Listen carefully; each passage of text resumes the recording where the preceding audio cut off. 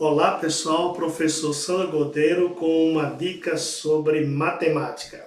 Dessa vez a dica é sobre problemas envolvendo frações.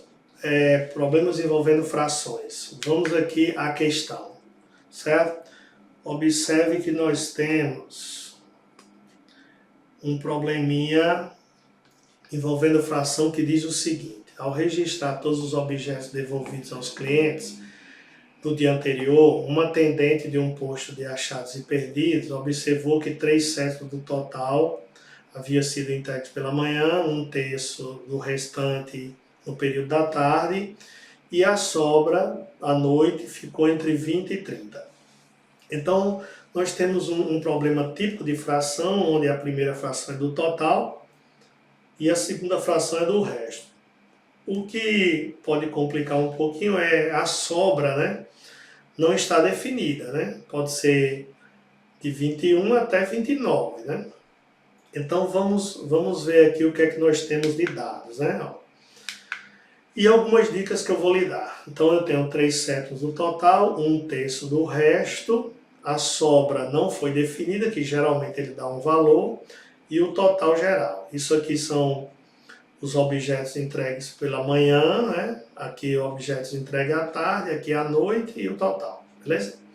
Vou chamar esse total de x para montar uma equação. 1/3 de x, 3/7 de x, mais 1/3 do resto. Quando se fala de resto, você vai ver o que foi gasto aqui, o que foi entregue aqui, ó, certo?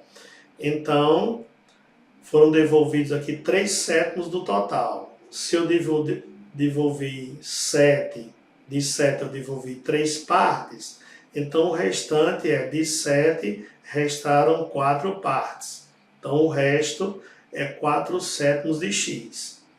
Então eu tenho 3/7 de x mais 1/3 do resto, que é 4/7, mais a parte que sobrou para a noite, mais o x. Então, é uma equação que não é simples de fazer, ainda tem esse P aqui que não está definido. Lembrando que esse P é um número inteiro entre 20 e 30, correto? Ok, então observe alguns detalhes, certo? Veja bem, o total eu não sei, certo? Eu estou procurando o total aqui. Só que eu sei que esse total ele vai ser um múltiplo de 7. Por quê? Porque 3/7 de x, esse x aqui, esse resultado, só vai ser um número inteiro de objetos se esse x for divisível por 7. Então, divisível por 7 aí, eu tenho o 28, o 42 e o 63, certo? Então, observe aqui, ó.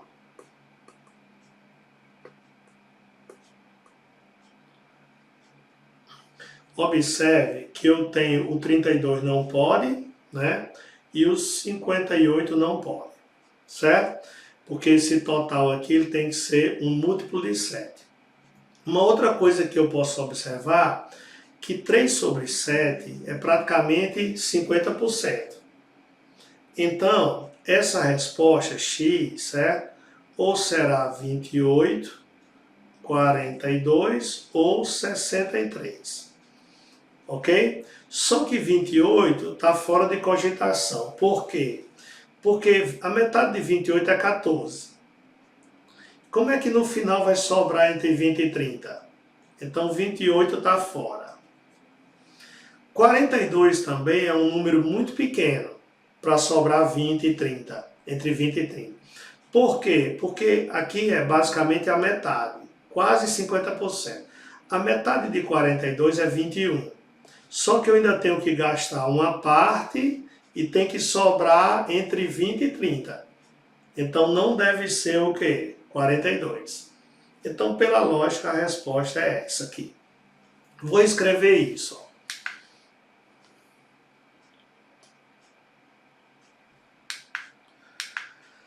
Pela manhã será entregue 3/7 do total.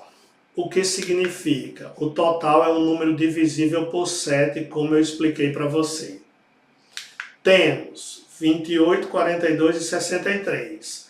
Mas como a sobra está entre 20 e 30, certo? como a sobra está entre 20 e 30, a gente imagina, né, que a resposta pela lógica é 63.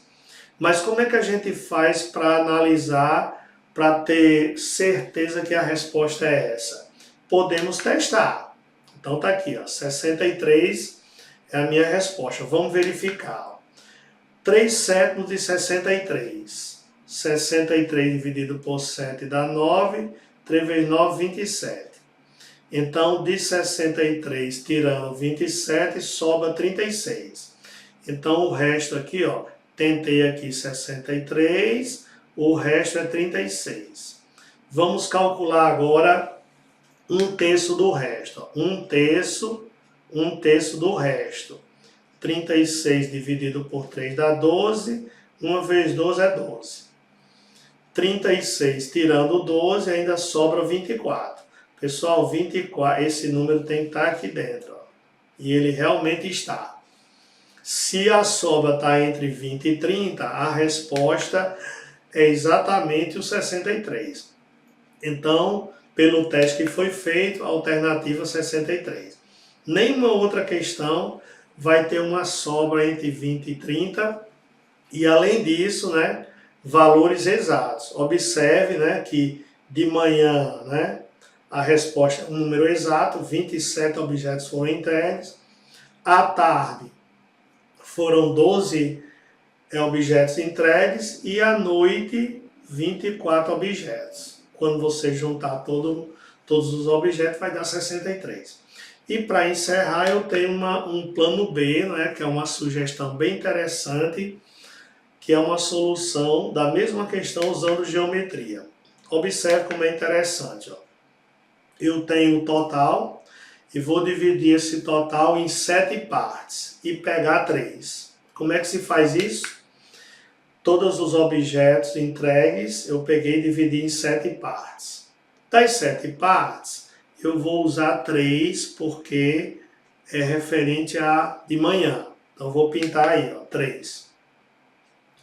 Do restante, o restante é essa parte aqui, ó, que é dividida em 4 colunas. Mas eu preciso de 3 partes. Então, o que é que eu vou fazer? Eu vou dividir essa região em 3 partes. E dessas 3 partes, eu vou pintar uma, que é 1/3. Certo? Então, olha o que eu vou fazer. Eu vou dividir o restante em 3 partes. E das 3 partes, vou pegar 1/3, que são essa linha aqui todinha. E agora eu vou finalizar. Veja bem. O número final está entre 20 e 30. Só que esse número ele vai ter que ser dividido por 8. Porque, ó, olha a sobra aqui. Ó. 8 sobraram aqui, ó, 8 retângulos. Então, essa sobra tem que encaixar aqui. Então, qual é o número entre 20 e 30 que é divisível por 8? Só tem um. Ó. A sobra é o número divisível por 8 que está entre 20 e 30. 21 não pode, 22 não pode, 23, mas o 24 pode. Então, 24 é o número. Então, praticamente a questão está encerrada. Olha o que acontece. 24 dividido, ó, 1, 2, 3, 4, 5, 6, 7, 8. 24 dividido por 8 dá 3. Cada quadradinho é 3. Pessoal, cada quadradinho desse é 3, ó, certo? Quantos retângulos desse você tem? Aqui, ó, cabem 3, ó, certo? Então, na verdade, se você prolongar, ó, você vai ter 21 retângulos como esse aqui. 21, ó, porque são 7 colunas por 3, né? Então, 7 colunas por 3 linhas dá 21 retângulos. Cada retângulo vale quanto? 3. E 21 vezes 3 é 63. Pessoal, essa é uma saída muito interessante, que vale a pena ser revista, né, ser treinada, porque tem muitas bancas que gostam de problemas envolvendo frações, certo? Então, eu dei essa dica aqui, 2 dicas para você. Primeiro, observar se ele quer um total, se esse total ele é múltiplo de quem. Então, já descobri que ele é múltiplo de 7. Já eliminei 2.